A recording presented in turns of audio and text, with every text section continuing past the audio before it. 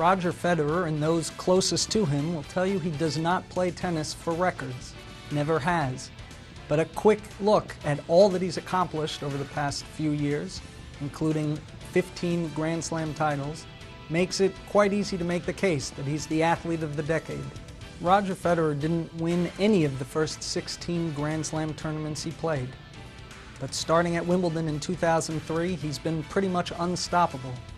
Since then, he's won 15 Grand Slam singles championships, more than any man in history. He broke Pete Sampras's record of 14 by winning Wimbledon for the 6th time this year. Federer has 6 Wimbledon championships. 5 of those came in a row. He has 5 US Open championships. All 5 of those came in a row. He has won the Australian Open 3 times, and this year he won his first French Open, becoming only the 6th man in history to win all 4 Grand Slam titles at least once. One of the most remarkable things about Federer is not merely his success, but his consistency with that success. He shows up at every Grand Slam tournament, hasn't missed one in years, and he wins match after match at those Grand Slam tournaments.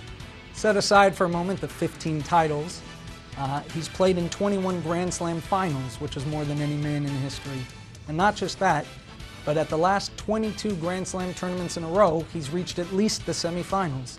Nobody else has ever had a streak longer than 10 Grand Slam semifinals in a row.